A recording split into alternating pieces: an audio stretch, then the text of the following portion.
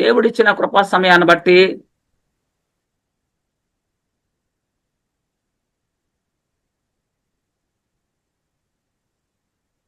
మొన్నైనా శరీరము ఎప్పుడు బహిరంగంగా మారుతుంది అనే అంశాన్ని మొదటి వారం మనం ప్రకటన గ్రంథంలో 2వ అధ్యాయము 8వ వచనంలో రాయబడింది. స్మరణలో ఉన్న సంఘపు దూతకు ఎలాగున రాయము, మొదటి వాడును కడపటి వాడును అయిన నుండి మృతుడై మరలా బతికిన వాడు చెప్పు సంగతులేమనగా,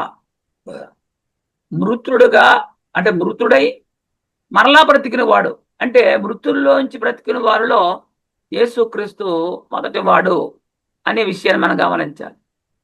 అపోస్తుల కార్యాలు 3:15 కూడా అంటాడు, మీరు జీవాధిపతిని చంపితే గాని దేవుడు ఆయనను మృతుల్లో నుండి లేపెను, అందుకు మేము సాక్షులము అని ఇక్కడ అపోస్తుల కార్యాల్లో పేతురు మాట్లాడుతున్నాడు. ఇవన్నీ అపోస్తులు చెప్పినటువంటి సంగతులు. అపోస్తుల కార్యాలు 5వ అధ్యాయము 30వ వచనంలో అంటాడు, మీరు రానున్న వేలాడవేసి సంహరించిన యేసును మన పితరుల దేవుడు లేపిన. యూదులు స్వజనులు యేసు ప్రభును మ్రాణి మీద వేలాడేసి సంహరిస్తే యేసును లేపింది ఎవరంటే మన పితరుల దేవుడు లేపెను అని చెప్తున్నాడు. ఇక్కడ చనిపోయిన వారిలో ఎవరైనా తిరిగి వచ్చే అవకాశం ఉందా అంటే, మరి అనీతిమంతులు తిరిగి వచ్చే అవకాశం ఉందా అంటే అది ఎప్పటికీ లేదు. నిద్రించిన నీతిమంతులు భూమి మీదకి వచ్చే అవకాశం ఉంది. యేసుక్రీస్తు రూపాంతరం చెందినప్పుడు ఆయన పక్కన మోషేయు ఏలియాయు కనిపించారు.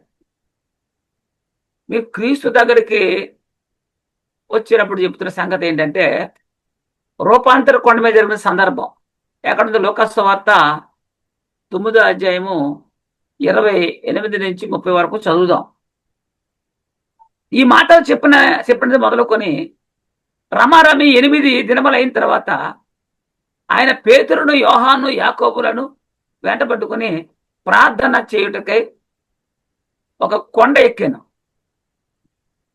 ఆయన ప్రార్థించు ఉండగా ఆయన ముఖరూపం మారెను. యేసు ప్రభు వారు ప్రార్థిస్తుండగా ఆయన ముఖరూపం మారెను. ఆయన తెల్లని, ఆయన వస్త్రములు తెల్లవై దగదగా మెరిసెను. మరి ఇద్దరు పురుషులు ఆయనతో మాట్లాడుచూ ఉండరి. వారు మోసే, ఏలియా అనువారు. ఈ రూపాంతర కొండ మీద యేసు ప్రభుతో మాట్లాడుతున్నటువంటి 2 పురుషులు ఉన్నారంట. ఆ ఇద్దరు ఎవరంటే మోషేయు, ఏలియా అనువారు. మార్కు సువార్త 9వ అధ్యాయము 2, 3, 4 వచనాలు కూడా చూడగలిగితే, 6 దినములైన తర్వాత యేసు పేతురును, యాకోబును, యోహానును మాత్రమే వెంటబెట్టుకుని ఎత్తైన యొక్క కొండ మీదకి ఏకాంతంగా వారిని తోడుకుని పోయి వారి ఎదుట రూపాంతరము పొందిన. ఎవరి ఎదుట? పేతురు, యాకోబు, యోహాను ముగ్గురు మాత్రమే అక్కడ ఉన్నారన్నమాట. అందులో ఆయన వస్త్రములు ప్రకాశమానమైనవి. ఆయన వస్త్రములు ప్రకాశమానమైనవి, మిగులు తెల్లనివి. ఆయను లోకమందు ఏ చాకలియను అంత తెల్లగా సలువు చేయలేడు. అంతటి మంచి తెలుపు రంగు అక్కడ వారు చూశారు. మరి మోషేయు, ఏలియాయు వారికి కనబడి యేసుతో మాట్లాడుచూ ఉండరి. ఏం మాట్లాడారనేది సబ్జెక్ట్ చెప్పలేదు, కానీ ఇక్కడ మోషే, ఏలియాలు వచ్చి యేసుక్రీస్తుతో మాట్లాడారు. మోషే, ఏలియా యేసుక్రీస్తు ఏం మాట్లాడి ఉన్నారు అంటే, వారు యెరూషలేములో జరగబోయే నిర్గమమును గూర్చి మాట్లాడి ఉన్నారు. అంటే ఆయన అప్పగించబడ్డం, శ్రమ పెట్టబడ్డం, సిలువేయబడ్డం, మృతి పొందడం, పునరుద్ధరణే లేవడం అనే సంగతుల గురించి బహుశా వారు మాట్లాడి ఉన్నారు. లూకాసు సువార్త 9:31 అంటాడు, వారి మహిమతో ఆగపడి ఆయన యెరూషలేములో నెరవేర్చబో నిర్గమమును గురించి రాశాడు. లూకాసు సువార్త 9వ అధ్యాయం 31వ వచనంలో ఈ మోసేయు ఏలియు ఏం మాట్లాడారో కూడా రాశారు ఇక్కడ. మోసే ఏలియాలు మరి యేసు క్రీస్తు ఏం మాట్లాడారు అనేది 31 అంటే లూకా 9:31లో రాయబడింది. వారు మహిమతో కనబడి ఆగబడి ఆయన యెరూషలేములో నెరవేర్చబోవు నిర్గమమును గురించి మాట్లాడు. యేసు నీవు మరి ఎప్పుడొచ్చావు అని మోసే ఏలియా అడిగినప్పుడు నేను పరదేశకు వెళ్ళి రావాలి అంటున్నాడు.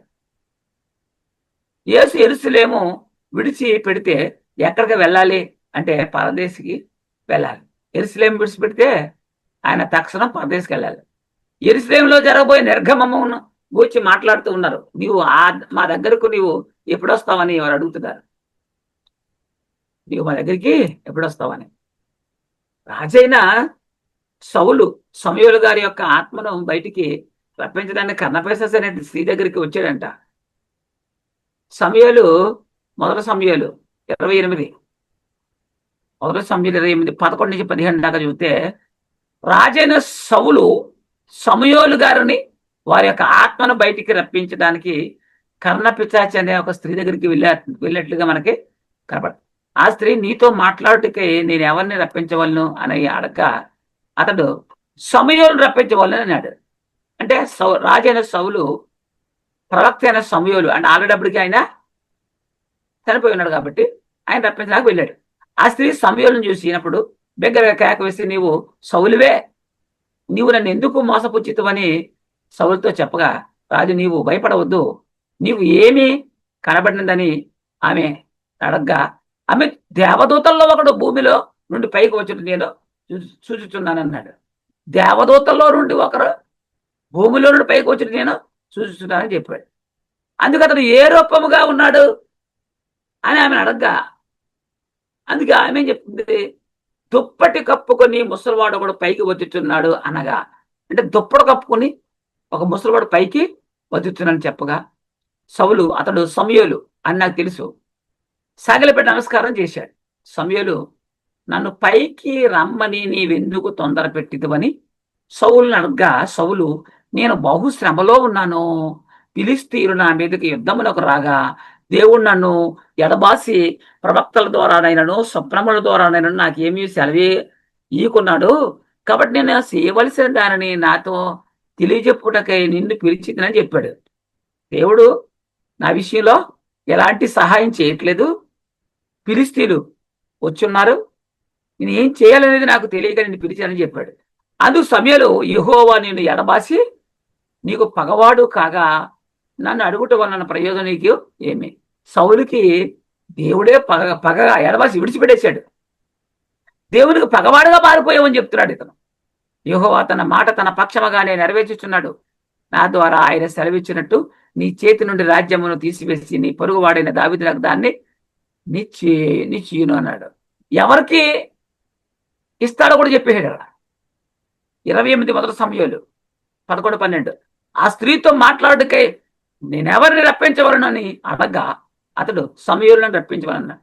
ఆ స్త్రీ సమూయేలును చూసినప్పుడు బిగ్గరగా కేకవేసి నీవు సౌలువే, నీవు నన్ను ఎందుకు మోసపుచ్చుతావని సౌలుతో చెప్పగా, అంటే కర్ణపిశాచి ఎందుకు అంటే కర్ణపిశాచి ద్వారా సౌలు సమూయేలు గారితో మాట్లాడడానికి కాబట్టి, అంటే మాట్లాడడానికి అక్కడికి వెళ్ళాడు. సమూయేలు కర్ణపిశాచం ద్వారా మాట్లాడి ఉన్నాడు అని బైబిల్ చెప్తుంది. చనిపోయిన శరీరము కుళ్ళిపోయి తిరిగి మహిమ శరీరంగా లేచినట్లు బైబిల్లో ఎక్కడైనా రాయబడి ఉందా అంటే లేదు. చనిపోయి కుళ్ళిపోయి ఉన్న శరీరం మరలా తిరిగి లేచినట్లు మహిమ శరీరంగా లేచినట్లు ఎక్కడ బైబిల్లో లేదు. యేసుక్రీస్తు సిలువ వేయబడినప్పుడు పరిశుద్ధులు శరీరాలు లేచినవి.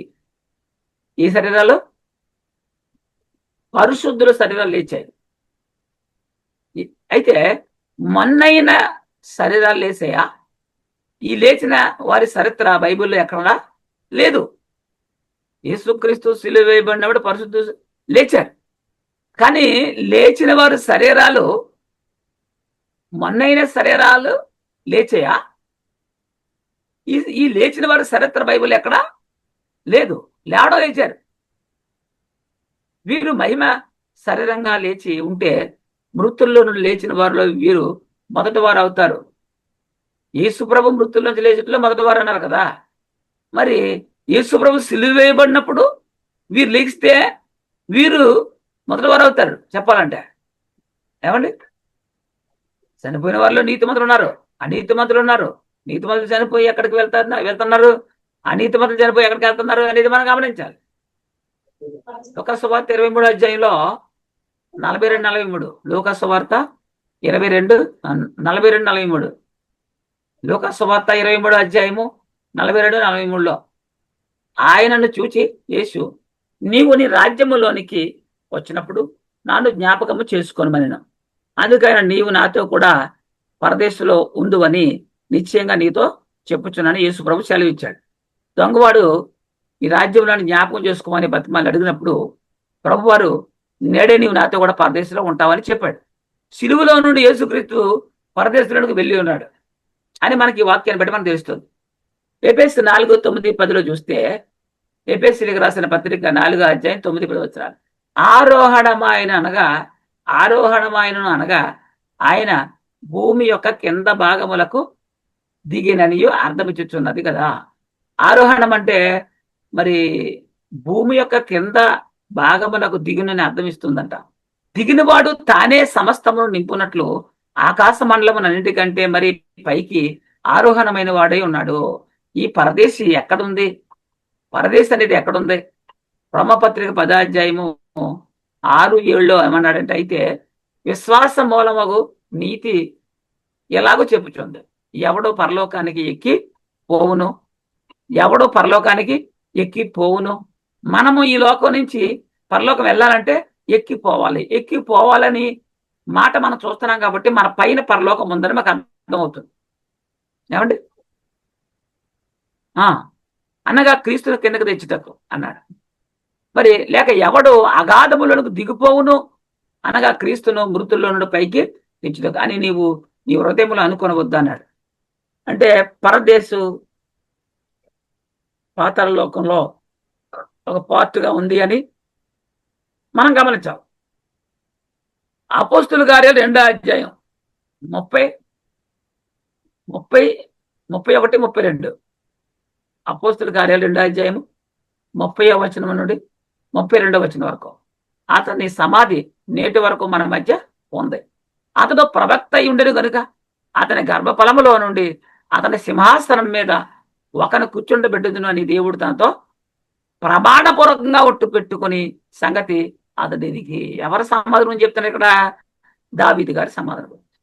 క్రీస్తు పాతాళములో విడువబడలేదనియు ఆయన శరీరము కుళ్ళిపోలేదనియు దావీదు ముందుగా తెలుసుకుని ఆయన పునరుద్ధానం గురించి చెప్పాడు. అంటే దావీదు ఎప్పుడు, యేసుక్రీస్తు ఎప్పుడు? ఇంచుమించు 1000 సంవత్సరాల కాలమానం ఉండొచ్చు. అయితే ఆ దావీదు క్రీస్తుని గురించి, ఆయన పునరుద్ధానం గురించి కూడా చెప్తున్నాడు. యేసును దేవుడు లేపను, దీనికి మేమందరూ సాక్షులమని పేతురు చెప్తున్నాడు. మరి నీతిమంతులు చనిపోయి పరదేశకు వెళ్తున్నారు. పరదేశం ఎక్కడుంది? భూమి మధ్యలో ఉంది అని కొంతమంది చెప్తున్నారు. ఇది పొరపాటు. భూమి మధ్యలో కాదంట. భూమి మధ్యలో పరదేశం అనేది లేదు. భూమి కింద భాగంలో ఉంది అనడానికి ముందు మనం చదువుకున్నాం. భూమి యొక్క కింద భాగంలో పాతాళ లోకం ఉంది. ఈ పాతాళ లోకంలోనే పరదేశం ఉంది, అలాగే నరకం కూడా ఉంది. నెమ్మది గల స్థలం, యాతన పడే స్థలం, 2 స్థలాలు కూడా ఉన్నది పాతాళ లోకంలోనే. ఈ పాతాళ లోకం ఎక్కడుంది? భూమి యొక్క కింది భాగంలో ఉంది.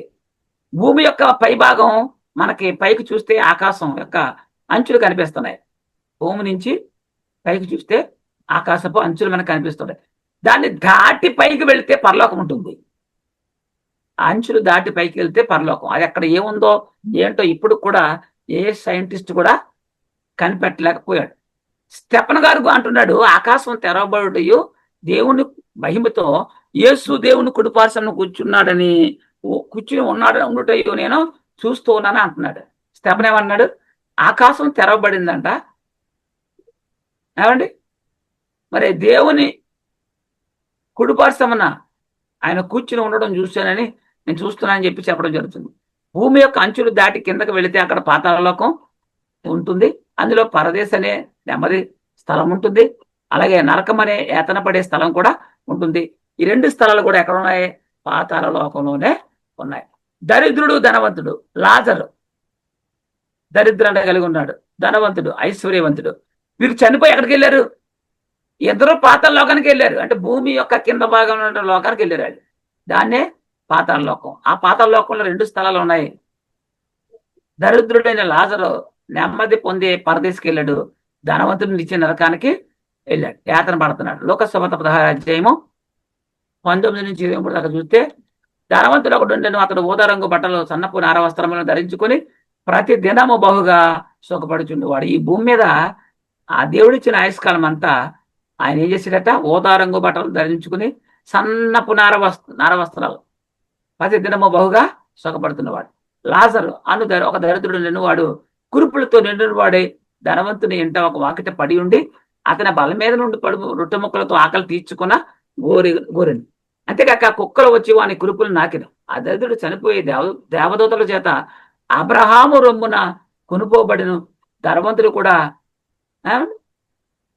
పాతి పెట్టబడిను. అంటే దరిద్రుడైన లాజరు చనిపోతే పరలోకమును అంటే దేవదూతలు వచ్చి ఆయన్ని పరదేశం తీసుకెళ్ళినట్లుగా మనకు ఉంది.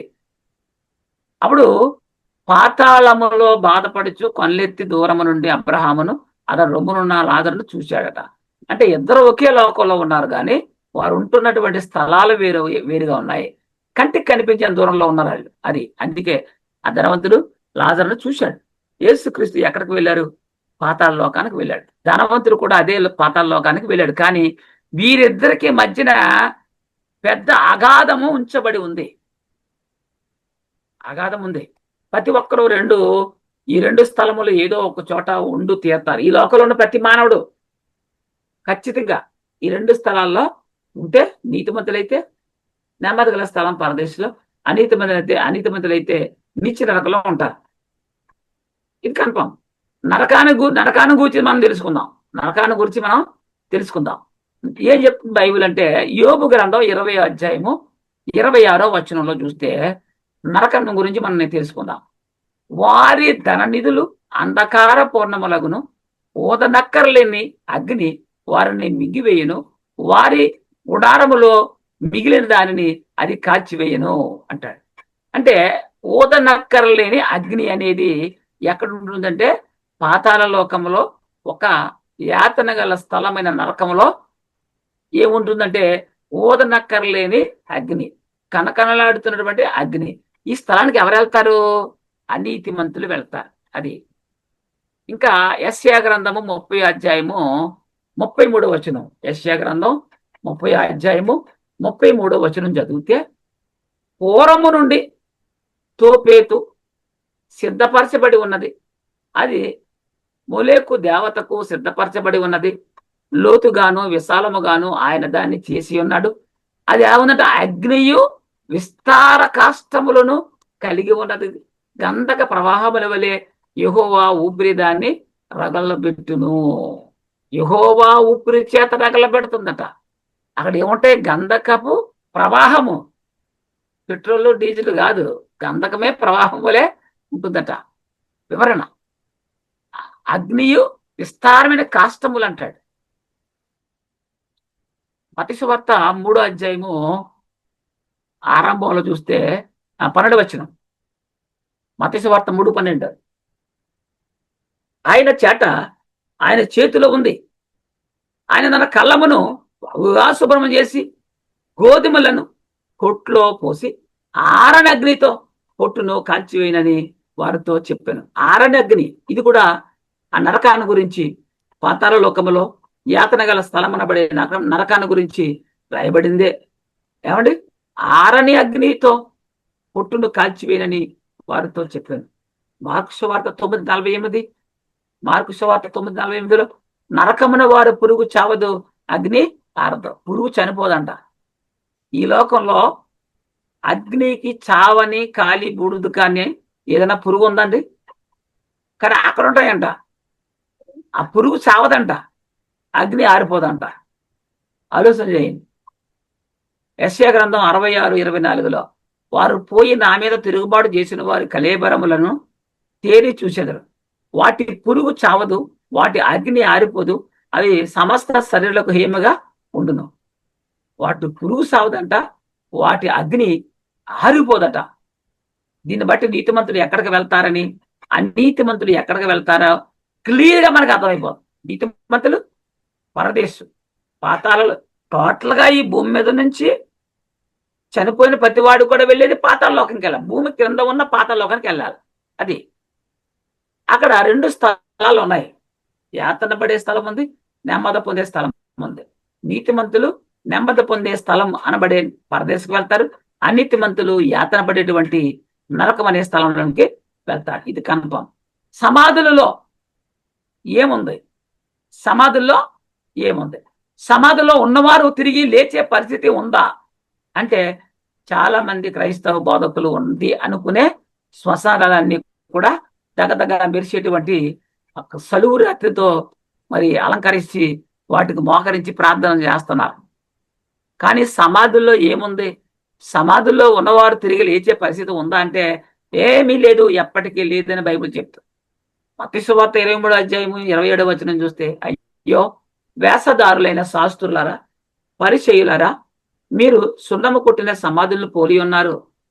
అంటే ఈ పరిచయులు శాస్త్రుల్ని యేసుప్రభు దేంతో పోలుస్తున్నాడు?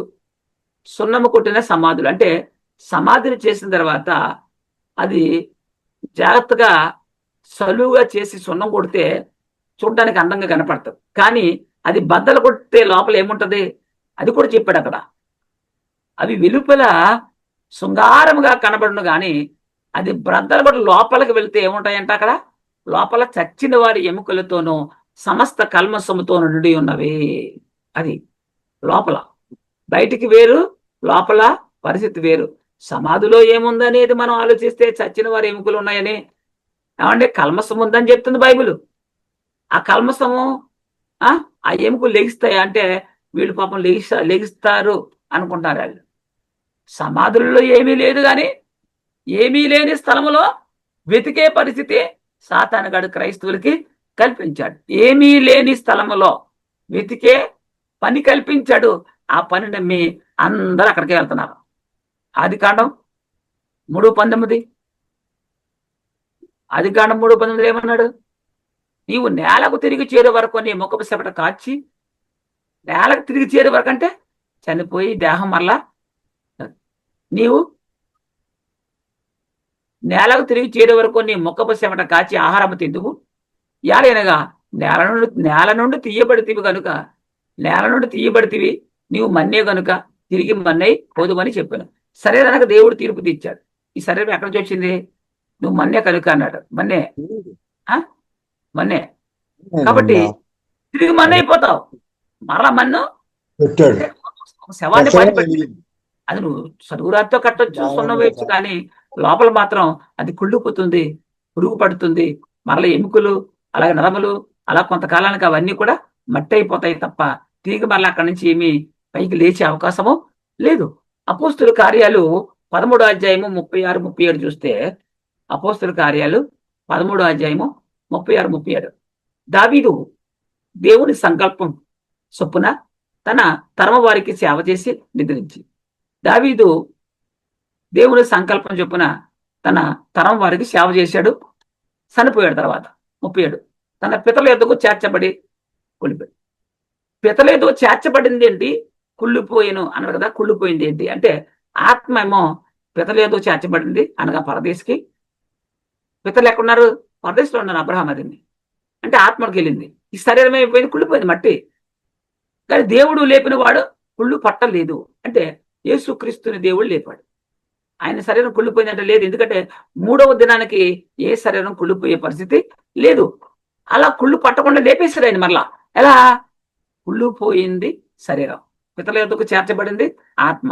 దావీదు గారిని గురించి ఈ మాట. మరి పాతాళానికి వెళ్ళినటువంటి వారిలో నీతిమంతులు తిరిగి లేస్తారు అని బైబిల్ గ్రంథం చెప్తుంది. పాతాళ లోకంలోకి వెళ్ళిన వారు తిరిగి లేస్తారని బైబిల్ గ్రంథం చెప్తుంది. అనీతిమంతులు లేస్తారా?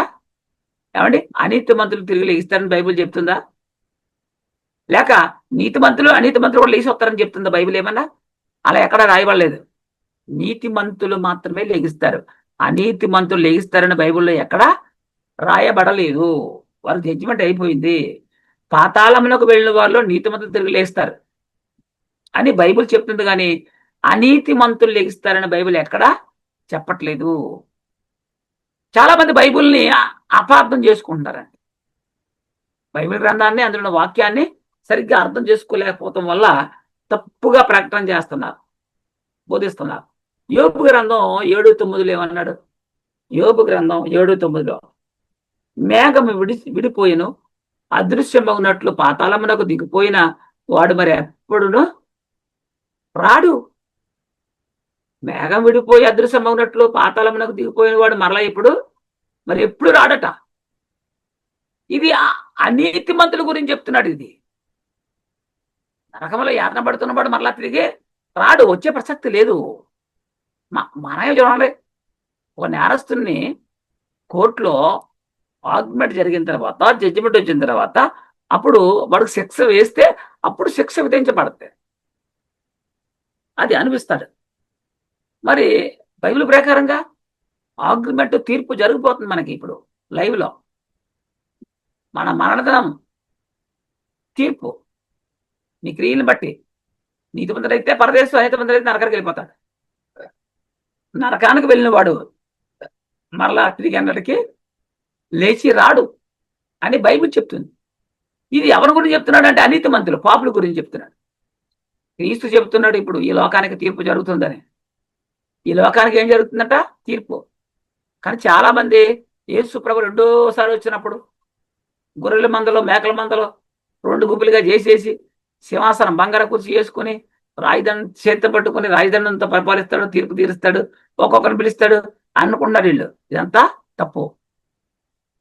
ఆయన జీవించి ఉన్న కాలంలో చెప్పిన మాట ఏంటంటే, యోహాను సువార్త 12:31 యేసు ప్రభు స్వయంగా చెప్పాడు, ఇప్పుడు ఈ లోకమునకు తీర్పు జరుగుతుంది, జడ్జిమెంట్ జరుగుతుంది. ఇప్పుడు ఈ లోకాధికారి బయటకు తోసివేయబడ్డాడంట. అంటే బైబిల్ ప్రకారంగా ప్రభు చెప్తున్నాడు, ఇప్పుడు ఈ లోకానికి తీర్పు జరుగుతున్నది అన్నాడు. 1 పేతురు 4:18, పేతురు గారు రాసిన 1 పత్రిక 4:17-18, తీర్పు దేవుని ఇంటి యొద్ద ఆరంభము చూడండి ఎంత స్పష్టంగా చెప్తున్నాడండి. తీర్పు దేవుని ఇంటి యొద్ద ఆరంభముకు కాలం వచ్చి ఉన్నది, అది మన యొద్దనే ఆరంభమైతే దేవుని సువార్తకు అవిధేయులైన వారి సంగతి ఏమవును? అంటే వాక్యం తెలుసు, పాటలు పాడతావు, ప్రార్థన చేస్తావు, ప్రసంగం చేస్తావు, నువ్వే తీర్పులోకి వచ్చేస్తే మరి అసలు వాక్యం తెల్లని పరిస్థితి ఏంటి? మరియు నీతిమంతుడే రక్షింపబడడం దుర్లభమైతే, నీతిమంతుడే రక్షింపబడలేకపోతే భక్తిహీనుడును పాపి ఎక్కడ నిలుపుతారండి? ఆలోచించండి. 2 కొరింథీ 5:10, ఎందుకనగా తాను జరిగించిన క్రియల చొప్పున, ఇది చాలా స్పష్టంగా గమనించాలి. ఎవరు చనిపోయినా ఆ చనిపోయిన నాటికి వారు జరిగించిన క్రియలు చొప్పున, అవి మంచివి కావచ్చు, చెడ్డవి కావచ్చు, దేహముతో జరిగించిన వాటి ఫలమును ప్రతివాడు పొందినట్లు మనందరమును క్రీస్తు న్యాయపీఠం ఎదుట ప్రత్యక్షము కావాలను. అంటే క్రీస్తు న్యాయపీఠం అనేసరికి వీళ్ళు ఒక సింహాసనం, బంగారపు సింహాసనం ఉంటుంది, అందు మీద యేసుక్రీస్తు కూర్చుంటాడు. ఇదే న్యాయపీఠం. ఆ పీఠం కూర్చుని తీర్పు అని చెప్పి అనుకుంటున్నా. క్రీస్తు న్యాయపీఠం అంటే తెలుసా? క్రీస్తు యేసే ముఖ్యమైన మూలరాయి ఉండగా అపోస్తులు ప్రవక్త చేసిన పునాది అంటే సువార్త వాక్యం, రక్షణ వాక్యం.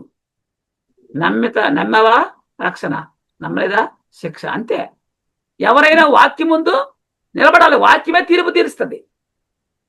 నేను తీర్పు తీర్చుటకు రాలేదు, కానీ తీర్పు తీర్చుటకు ఒకడు కలడు. ఎవరు? నా మాట వానికి తీర్పు తీర్చును. అంటే సువార్త తీర్పు తీర్చేది. దేవుడు లైవ్ లో చూస్తున్నాడు. అపోస్తులు ప్రవక్తలు వేసిన పునాది క్రీస్తు ధర్మశాస్త్రం, కొత్త నిబంధన. ఏది? ఇదే మనం తెలుసుకోవాలి. తీర్పు తీర్చేది ఏంటి అంటే, తీర్పు తీర్చేది వాక్యం, దేవుని మాట. ఆదాము కాలంలో తీర్పు తీర్చేది దేవుని మాట.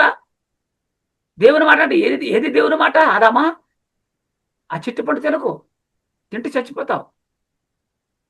అదే ఆ మాట తీర్పు తీర్చింది. ఏమండి? ఆ కాలంలో అది వాళ్ళకి తీర్పు తీర్చింది. దేవుడు చెప్పాడు కదా తినొద్దని, తిన్నారు చచ్చారు ఆత్మీయంగా.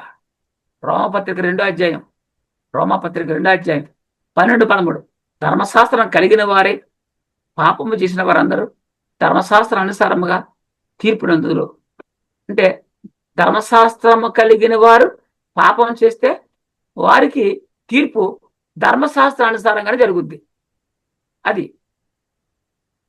ఇది మనం గమనించాలి. ధర్మశాస్త్రం వినివారు దేవుని దృష్టికి నీతిమంతులు కాదు, కానీ ధర్మశాస్త్రం అనుసరించి ప్రవర్తించిన వారే నీతిమంతులుగా తీర్చబడతారు. వింటే సరిపోదు, విన్న దాని ప్రకారంగా బ్రతకాలి, క్రియలు ఉండాలి.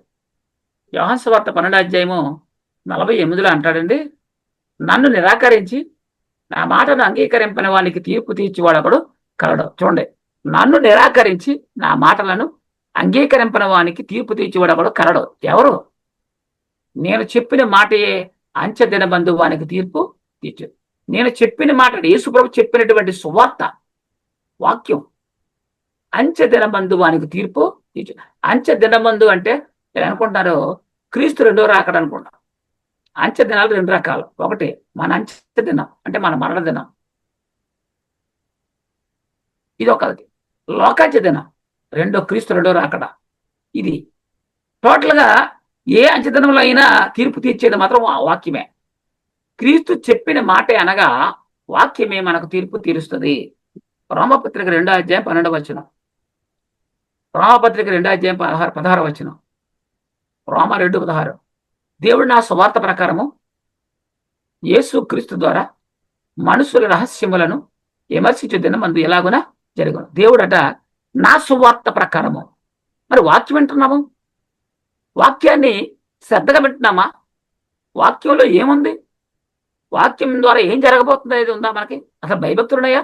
దేవుడు అంటున్నాడు, ప్రభు చెప్తున్నాడు, దేవుడు నా సువార్త ప్రకారం యేసుక్రీస్తు ద్వారా మనుషుల రహస్యములను విమర్శించు దినమందు ఇలాగున జరుగును. అపోస్తులు చెప్తున్నారు పత్రికల పాటలు కూడా, దేవుడు నా సువార్త ప్రకారంగా యేసుక్రీస్తు ద్వారా మనుషుల రహస్యములను విమర్శించు దినమందు ఇలాగున జరుగును. పౌలు గారు చెప్తున్నాడు ఈ మాటలు. నా సువార్త ప్రకారము దేవుడు విమర్శ చేస్తాడని. ధనవంతునికి తీర్పు జరిగిపోయింది కనుకనే అతడు యాతన పడుతున్నాడు. జడ్జిమెంట్ అయిపోతేనే కదండి, తీర్పు వచ్చేస్తేనే కదా అది యావజ్జీవ కారాగార అనుభవించాలా, ఉరి తీయబడతాడని తెలుస్తుంది. జడ్జిమెంట్ రాకుండా అవ్వదు కదా. మరి ధనవంతుడు లాజరస్లో ధనవంతుడు తీర్పు జరిగిపోయింది. వాడు చేసిన క్రియలను బట్టి ఆల్రెడీ నరకంలో యాతన పడిపోతున్నాము, శిక్ష అమలు పెరిగిపోతుంది. మళ్ళీ ఆ యాతన పడి వారిని తీసుకొచ్చి మళ్ళా శిక్ష విధించడం, ఇంకెందుకు శిక్ష విధించడం? ఏమండి, ఆ శిక్ష నుంచి తప్పించే అవకాశం ఏమైనా ఉందేమో ఆలోచించండి. ఆ శిక్ష నుంచి తప్పించుకునే అవకాశం నెవర్ లేదు అసలు. యోహాను సువార్త 5:24 అంటాడు, నా మాట విని నన్ను పంపిన వాని యందు విశ్వాసం ఉంచువాడు నిత్య జీవం గలవాడు. అంటే నా మాట అంటే వాక్యాన్ని నమ్మాలి, విశ్వసించాలి. వాడే నిత్య జీవం గలవాడు. వాడు తీర్పులోనికి రాక నిత్య నరకానికి పోక మరణంలో నుండి జీవములకు దాటి ఉన్నాడని మీతో నిశ్చయంగా చెప్తాను. నిత్య జీవానికి నువ్వు వెళ్ళాలన్నా, నిత్య నరకంలో తప్పించబడాలన్నా నువ్వు వాక్యాన్ని విని గైకొనాలి. ఇది క్రీస్తు చెప్పిన మాట. పాతాళలోకంలో వేదన పడే అటువంటి వ్యక్తులు తిరిగి బయటికి తీసుకొని వచ్చే అవకాశం ఉందా అంటే అది ఎట్లా సాధ్యమవుద్ది? జడ్జిమెంట్ అయిపోయింది, శిక్ష వాళ్ళు అనిపిస్తున్నారు ఆల్రెడీ. ఏమన్నా రాష్ట్రపతికి ఏమైనా క్షమాభిక్ష పెడతారేంటి? ఏమన్నాను ఇక్కడ ఈ లోకంలో అయ్యగారులు ఏమన్నా యేసుప్రభుకి రికమెండేషన్ చేసుకుని ఆయన మరలా యెహోవా తండ్రికి రికమెండ్ చేసి క్షమాభిక్ష ఏమైనా పెడతారా? అవకాశాలు ఉంటాయంటే అలాంటివి ఏమి ఉండవు అక్కడ. అది డౌట్ లేదు. రికమెండేషన్లో క్షమాభిక్షలు ఉండవు. అందుకే వాడు మరణదినం వాడు నరకానికి వెళ్ళి యాతన పడుతున్నాడు. కొంతమందిని బయటికి తీసుకుని వచ్చాడు దేవుడు. వాళ్ళకి వ్యక్తులు కాదు, మట్టి శరీరంతో జీవించి చనిపోయిన వారు కాదు అంట. అంటే కొంతమందిని బయటికి తీసుకుని వచ్చాడు దేవుడు, వాళ్ళు వ్యక్తులు కాదు, మట్టి శరీరంలో జీవించి చనిపోయిన వారు కాదు అనే విషయాన్ని కూడా మనం గమనించాలి. వారు ఎవరంటే దేవదూతలు. వీరిని పాతాళ లోకంలో కటికి చీకటి గల బిలములో నుండి బయటికి తీసుకుని వచ్చాడు దేవుడు. దేవదూతలను ఒకప్పుడు బంధించి భద్రం చేశాడు. పాతాళ లోకం మందలి కటికి చీకటి గల బిలములను తోసి కావల్లో ఉంచి భద్ర చేశాడు. ఎందుకు పాతాళ లోకంలో ఉన్న వారిని ఎందుకు బయట తీసుకురావాల్సి వచ్చిందంటే ఈ లోకాన్ని చేసిన తర్వాత అపవాదిని మరలా ఈ లోకం మీదకి అప్పగించాడు, ఏం చేత చేసుకోమని. కరెక్ట్ అది. ఆదామావలను సూచించిన తర్వాత ఎవరిని విడిచిపెట్టాడు అంటే, ఆదామావలను సృష్టించిన తర్వాత ఆ దేవుడు మరలా ఏదైతే పాతాళ లోకంలో కటికి చీటకల బిలంబలో బంధించాడు, వారిని విడిపించాడు, బయట తీసుకొచ్చేసాడు. ఎందుకు విడిచిపెట్టాడంటే ఆదామావల్ని పరిశీలన చేసుకోవడానికి, పరిశీలన చేయమన్నాడు. క్రీస్తు, యేసుక్రీస్తు అంటున్నాడు సాతాను, నీవు మమ్ములను హింసించుటకు ఇక్కడికే కూడా వచ్చితివా అని. ఎవరు? సాతాను. దెయ్యాలన్నాయి యేసుక్రీస్తు, మమ్మలను హింసించుటకు నీవు ఇక్కడికి కూడా వచ్చితివా అంటే ఎక్కడ చూశారు వీళ్ళు? ఎక్కడ చూశారు సాతాను దెయ్యాలు అంటే? పరలోకంలో చూశారు యేసుప్రభుని. నేను ఎక్కడ చూస్తున్నాయి అంటారు, అంటే ఏదో గుళ్ళు చూసావు, ఏదో ఫంక్షన్లో చూసావు. అలాగా ఈ సాతాను అంటుంది యేసుతో, నువ్వు మరలా నీ మమ్ములను హింసించలకు ఎక్కడికి కూడా వచ్చేసావా అని. ఆయన ఎక్కడ చూశారు వీళ్ళు అంటే పాతాళ లోకంలో చూశాడు. వారు ఇంకొక మారు అంటున్నారు, ఏంటి అది అంటే మమ్మలను పాతాళ లోకానికి పొమ్మని చెప్పవద్దు అంటున్నారు వాళ్ళు. అంటే అక్కడ ఎలాంటి పరిస్థితి ఉందో ఈ సాతానులకు తెలుసు. పాతాళ లోకానికి పొమ్మని మాత్రం చెప్పవద్దు అంటున్నారు. వీరు పడిపోయిన దేవదూతలు, అపవాది వాని దూతలు విడిచిపెట్టబడ్డారు. ఎందుకంటే పరిశీలన జరుగుతుంది. పాతాళ లోకంలోకి వెళ్ళిన అనీతిమంతులు తిరిగి వచ్చినట్లు బైబిల్ గ్రంథం ఎక్కడ రాయబడి ఉండలేదు. యోబు గ్రంథం 7:9 కూడా ఏమంటున్నాడు? మేఘం విడిపోయి అదృశ్యమగినట్లు పాతాళమునకు దిగిపోయిన వాడు మరి ఎప్పుడూ రాడంటే ఎవరిని గురించి? అనీతిమంతుల గురించి, నీతిమంతుల గురించి కాదు. యోబు 21:13 వారు శ్రేయస్సు కలిగి తమ దినములు గడుపుదురు, ఒక్క క్షణములోనే పాతాళ లోకమునకు దిగుదురు. వారు శ్రేయస్సు కలిగి తమ దినములు గడుపుతారంట, ఒక క్షణంలో ఎక్కడ పోతారు? పాతాళ లోకానికి దిగిపోతారు. కీర్తన గ్రంథం 6వ అధ్యాయం 5వ వచనం, మరణమైన వారికి నిన్ను గూర్చిన జ్ఞానము లేదు, పాతాళంలో ఎవరు నీకు కృతజ్ఞతాస్తుతులు చెల్లించుదురు అంటే పాతాళ లోకంలో దేవుణ్ణి స్తుతించేవారు ఎవరో అవకాశం ఉంటుంది. ఎందుకంటే అక్కడ యాతన పడతారు వాళ్ళు. క్రీస్తు 2వ రాకడలో చనిపోయిన నీతిమంతులు, అనీతిమంతులు లేచి క్రీస్తు న్యాయపీఠ ఎదురు నిలబడతారనేది మాత్రం సరైన బోధ కాదు. నరకంలో ఉన్న వాళ్ళు మళ్ళీ తిరిగి బయటికి రారు. క్రీస్తు శరీరాన్ని గురించి మనం పరిశీలన చేద్దాం. యేసుక్రీస్తు యొక్క శరీరం గురించి. యేసుక్రీస్తు శరీరము కుళ్ళిపోయిందా అంటే కుళ్ళిపోలేదు. 3వ దినాన్ని లేచాడు. కుళ్ళిపోని శరీరమే మహిమ శరీరంగా మార్చబడి ఉంది. అలాగే మరొకసారి జరుగుతుంది. అయితే అది ఎప్పుడు జరుగుతుంది? యేసు ప్రభువు జరిగినట్టుగా మరొకసారి జరుగుద్దట. యేసు ప్రభు వారు సమాధి చేయబడిన తర్వాత 3వ దినమున ఆదివారం తెల్లవారుజాము లేచాడని బైబిల్ చెప్తుంది. అంటే 3 దినాలకి శరీరం కుళ్ళిపోదు, పాడైపోదు, కల్మసంగా ఉండదు. అయితే మరలా ఇదే పరిస్థితి మరలా జరుగుద్ది అన్నారంటే ఎప్పుడు జరుగుద్ది? క్రీస్తు 2వ రాకడలో జరుగుద్ది. అప్పుడు ఏమైనా 3 దినాల్లో ఈ శరీరం ఏమైనా సమాధిలో ఉంటుందంటే అట్లా ఉండదు. బతుకున్నటువంటి వ్యక్తులు రక్తమాంసముల శరీరాలతో ఉంటారు కాబట్టి యేసుక్రీస్తు సమాధిలో నుంచి లేచిన శరీరం, మట్టి శరీరం, రక్తమాంసాల శరీరం ఎలా అయితే మహిమ శరీరంగా మార్చబడిపోయిందో, రూపాంతరం చెందిందో, అలాగా జీవించి ఉన్నటువంటి క్రీస్తు 2వ రాకడ కాలం నాటికి బ్రతికి జీవించి ఉన్నవారు శరీరాలు కూడా క్రీస్తు శరీరం వలె మహిమ శరీరంగా మార్చబడతాయి. అని మార్చబడదు. మార్పు, సజీవులుగా ఉన్న మనకు మార్పు ఎలా జరుగుతుంది? మనం బతుకున్నాం అప్పటికి. ఎలా? శరీరం క్షయమైనదిగా విత్తబడి అక్షయమైనదిగా లేపబడినంటాడు. క్షయమైన శరీరం అక్షయమైన అంటే మహిమ శరీరంగా మార్చబడి, యేసుక్రీస్తు శరీరం మరి విత్తబడి ఎలాగైతే మహిమ శరీరంగా లేపబడిందో అలాగే మహిమ శరీరంగా మనం కూడా మార్చబడతాం. క్రీస్తు 2వ రాకడలో మనము నిద్రించం, చనిపోము. కానీ అంటే చనిపోము కానీ రెప్పపాటు కాలంలో కడబోరములోగానే మనందరం ఏం చేస్తాము? చనిపోము, మార్పు పొందుదుము. క్షయమైన శరీరము అక్షయమైన శరీరంగా మారిపోద్ది. ఎందుకు? రక్తమాంసాలు దేవుని రాజ్యాన్ని స్వతంత్రించుకున్నాను ఎవరో కాబట్టి మహిమ శరీరంగా మార్పు చెందుతారనమాట. 1 కొరింథీ 15వ అధ్యాయము 51 నుంచి 54 వరకు చదువుకుందాం. ఇదిగో మీకు ఒక మర్మము తెలుపుచున్నా, మన అందరం నిద్రించము కానీ, నిద్రించమంటే అర్థం పడుకోమని కాదు, చనిపోము కానీ నిమిషములో, నిమిషం ఇంకా ఒక్క రెప్పపాటు కాలం కళ్ళు రెప్ప మూసి తెరిసేలోగా కడబోర మ్రోగగానే మన అందరము మార్పు పొందుతాం. కడబోర అంటే సువార్త. బోరం రోగును అప్పుడు మృతులు అక్షయులుగా లేవబడుదురు. మనం మార్పు పొందు. మృతులు అంటే నీతిమంతులు, చనిపోయిన నీతిమంతులు అక్షయులుగా అంటే మహిమ శరీరాలతో ధరించుకు లేచిపోతారు ఆయన. మరి మనం భూమి మీద సజీవులుగా ఉన్నాం కదా, బతికి ఉన్నాం కదా, మనం ఏమవుతామంటే మనలో మార్పు మొదలవుద్ది. మారిపోతుంది శరీరం. క్షయమైన ఈ శరీరం మహిమ శరీరంగా, అక్షయమైన శరీరంగా మారిపోతుంది. క్షయమైన ఈ శరీరము అక్షయతను ధరించుకుంటుంది, ధరించుకోనవలసి ఉంది. మత్యమైన ఈ శరీరము అమర్త్యతను ధరించుకోనవలసి ఉంది. ఎప్పుడు? క్రీస్తు రెండో రాకడలో. ఈ క్షయమైనది అక్షయతను ధరించుకున్నప్పుడు ఏం జరుగుద్ది? ఈ మత్యమైనది అమర్త్యతను ధరించుకున్నప్పుడు విజయమందు మరణం మింగివేయబడినని రాయబడిన వాక్యము నెరవేరును. ఎప్పుడు? అప్పటికి సజీవులుగా బతుకున్న వారి విషయంలో ఇది జరుగుతుంది. క్షయమైనది అక్షయతగా ధరించుకుంటుందట. ఈ మత్స్యమైనది అమత్స్యతను ధరించుకున్నప్పుడు విజయమందు మరణం మింగివేయబడిన రాయబడిన వాక్యము నెరవేరుతుందట. అప్పుడు మనం మార్పు పొందుదము. మృతులు అక్షయులుగా లేపబడుదురు. మృతులంటే ఏ మృతులు? అందరూ ఈ మృతులంటే చనిపోయిన వాళ్ళు అందరూ అనుకుంటారు వీళ్ళు నీతిమంతులు. అనీతిమంతులు లేపబడరు.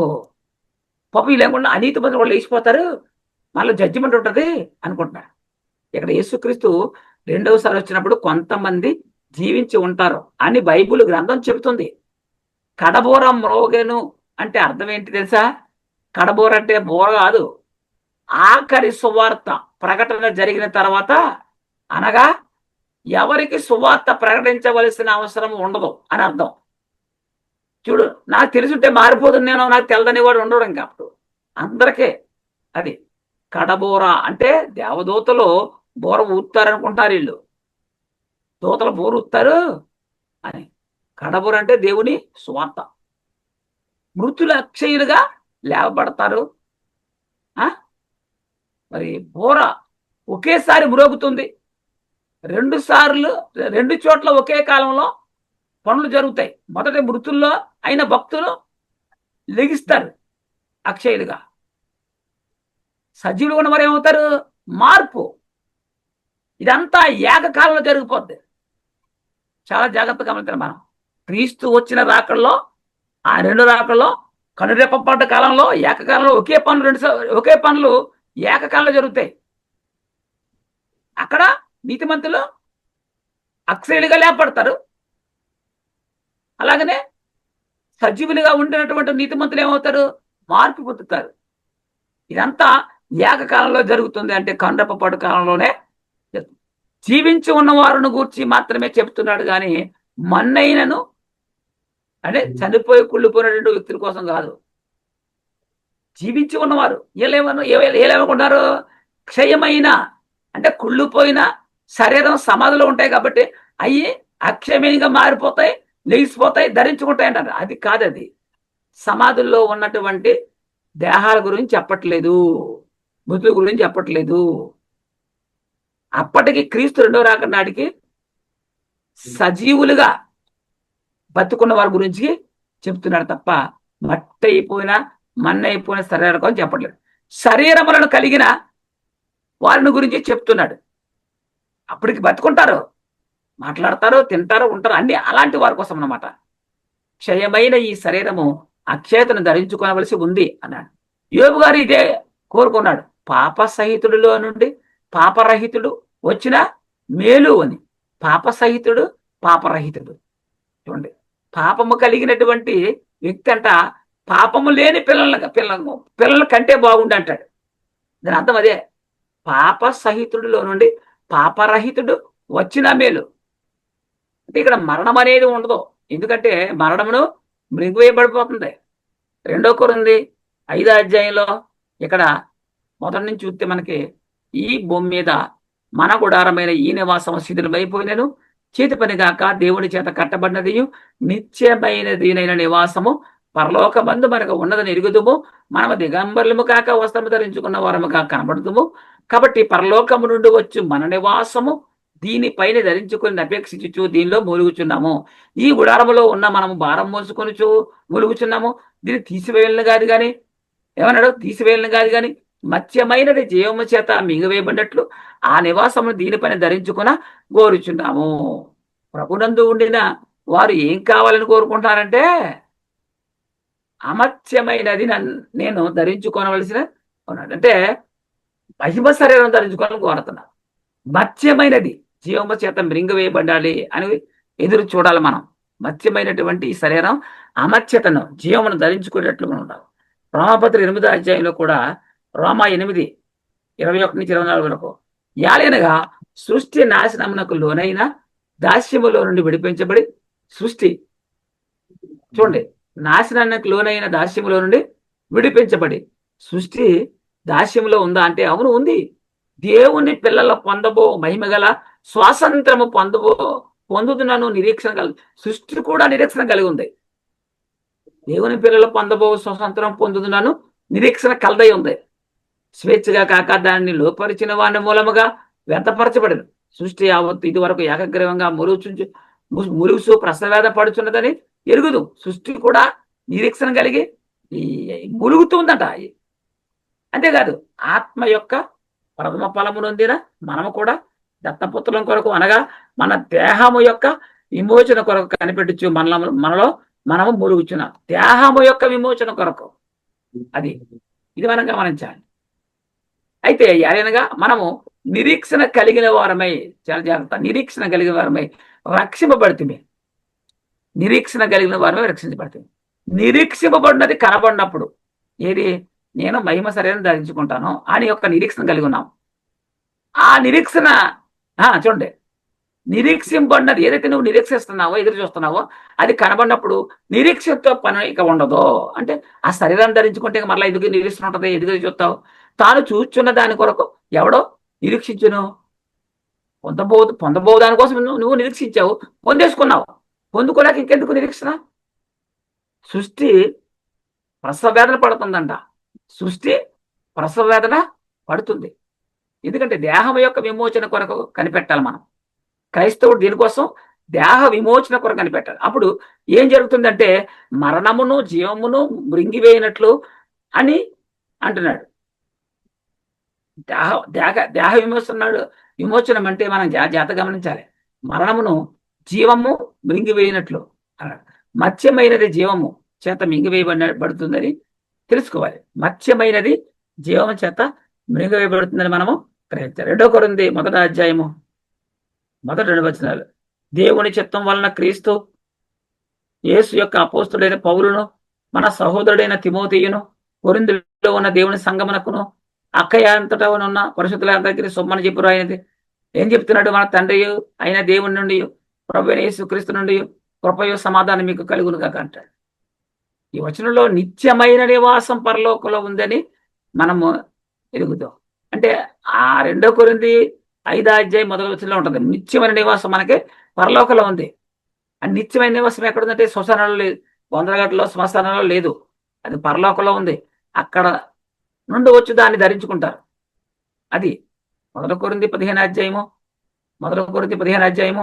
42 నుండి 44 వరకు చూస్తే, మృతుల పునరుద్ధానమును అలాగనే శరీరము క్షయమైనదిగా విత్తబడి అక్షయమైనదిగా లేబడడం. అంటే అతి శరీరంగా ఇక్కడ సమాధిలో ఉన్నారు కదా, విత్తబడి అనే మాట చూసి సమాధిలో ఉన్నవారు అనుకుంటున్నారు. అది కాదు. ఘనహీనమైనదిగా విత్తబడి మహిమ గలదిగా లేబడను, బలహీనమైనదిగా ఎత్తబడి బలమైనదిగా లేబడను అంటాడు. ప్రకృతి సంబంధమైన శరీరంగా విత్తబడి ఆత్మ సంబంధమైన శరీరంగా లేబడను. ప్రకృతికి సంబంధించిన శరీరం ఉంది కనుక ఆత్మ సంబంధించిన శరీరం కూడా ఉంది అంటాడు. నిజం. ఇక్కడ శరీరం అంటున్నాడు. శరీరం అని కానీ, అంటే మన్ను అని కానీ వాక్యములో చెప్పబడలేదు. అంటే ఇది జీవించి ఉన్న వారి కొరకు చెప్తున్నాడు. ఇది క్రీస్తు 2వ రాకడలో జరుగుతుంది. చనిపోయిన వ్యక్తులు, వాళ్ళు కుళ్ళిపోయినటువంటి దేహాల గురించి కాదు. క్రీస్తు 2వ రాకడలో ఏమి జరుగుతుందో అప్పటికి జీవించిన వారి సంగతి గురించి చెప్తున్నాడు. ఫిలిప్పీయులకు రాసిన పత్రిక 3వ అధ్యాయము ఫిలిప్పీయులకు రాసిన పత్రిక 3వ అధ్యాయము 20-21. మన పౌరస్థితి ఎక్కడుంది? పరలోకమందు ఉంది. అక్కడ నుండి ప్రభువైన క్రీస్తు యేసుక్రీస్తు అనే రక్షక నిమిత్తం కనిపెట్టుకొని ఉన్నాం. సమస్తము తనకు లోపరుచుకున్న జాలిన శక్తిని బట్టి ఆయన మన దీన శరీరం తన మహిమగల శరీరం సమరూపం గలదానిగా మార్చును. ఇప్పుడు క్రీస్తు రాకల్లో ఎలా మార్పు చెందుతుందట? సమరూపం గలదానిగా మారుస్తాడట. 1 యోహాను 3:2. 1 యోహాను 3:2. ప్రియులారా, ఇప్పుడు మనము దేవుని పిల్లలమై ఉన్నాము. మనం ఇక ఏమవుతామో అది ఇక ప్రత్యక్ష మనం ఇక మీద మనం ఏమవుతామో అది ఇంకా ప్రత్యక్షంగా పడలేదు, కానీ ఆయన ప్రత్యక్షమైనప్పుడు ఆయన ఉన్నట్లుగానే ఆయన్ని మనం చూస్తామంటాడు. కనుక ఆయన్ని పోలి ముందు మీద ఎరుగుదాం. అంటే మనం క్రీస్తుని పోలి ఉందము ఆయన చూస్తామంటాడు. మనము ఆయన ఉన్నట్టుగానే మార్పు పొందుతాం. యేసుక్రీస్తు మృతుల్లో లేచినప్పుడు ఎలాంటి మహిమ శరీరంగా ధరించుకున్నాడో అదే శరీరం మనం ధరించుకుంటాం.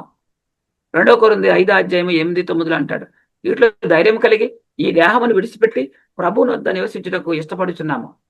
అవును, కావున దేహమందును విడిచినాను, దేహమందున్నను దేహమును విడిచినానంట.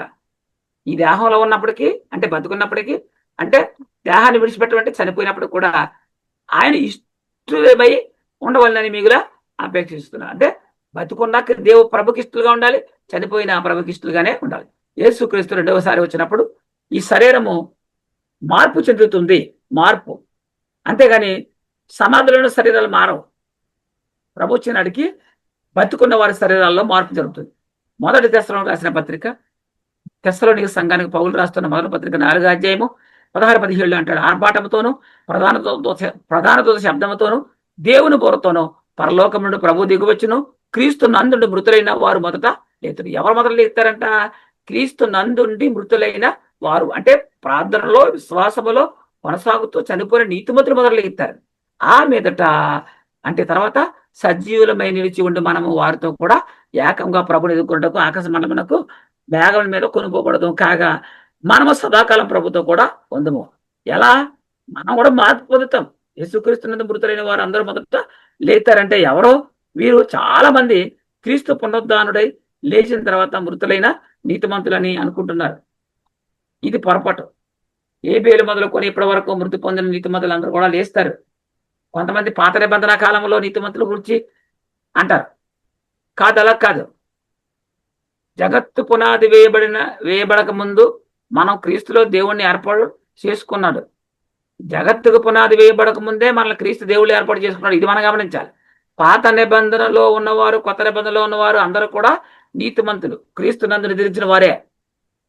అంటే ఇప్పుడు క్రీస్తు ఉన్నాడా అంటే దానికి వాక్యం ఉంది. ఆనోకు విషయంలో కూడా అది యోధా పత్రికలో చెప్పాడు. యాదనగా అబ్రహాము ఎవరి కొరకు ఎదురు చూశాడు? క్రీస్తు కొరకు ఎదురు చూశాడు. అంటే క్రీస్తు అప్పుడు కొన్నాడా? మోసే ఎవరి కొరకు ఎదురు చూశాడు? ఎవరి కొరకైనా నింద గొప్ప భాగ్యం ఎంచుకున్నాడు? యేసు క్రీస్తు కోసం కొరకైనా నింద గొప్ప భాగ్యం ఎంచుకున్నాడు. అంటే మోసే కాలంలో యేసు క్రీస్తు ఉన్నాడా? ఆలోచన చేయండి. క్రీస్తు నందు నిద్రించిన వారు అంటే మొత్తం అందరూ అని మనము అర్థం చేసుకోవాలి. క్రీస్తు నందు నిద్రించిన వారు అంటే ఆదాము దగ్గర నుంచి వచ్చేస్తారు. ఇంకా అది మొట్టమొదట నిద్రించిన వారు ఎవరు అంటే చాలా మంది ఆదాము నుండి అంటారు, కానీ ఇది తప్పు. మొట్టమొదట ముత్తి పొంది వ్యక్తి హేబేలు.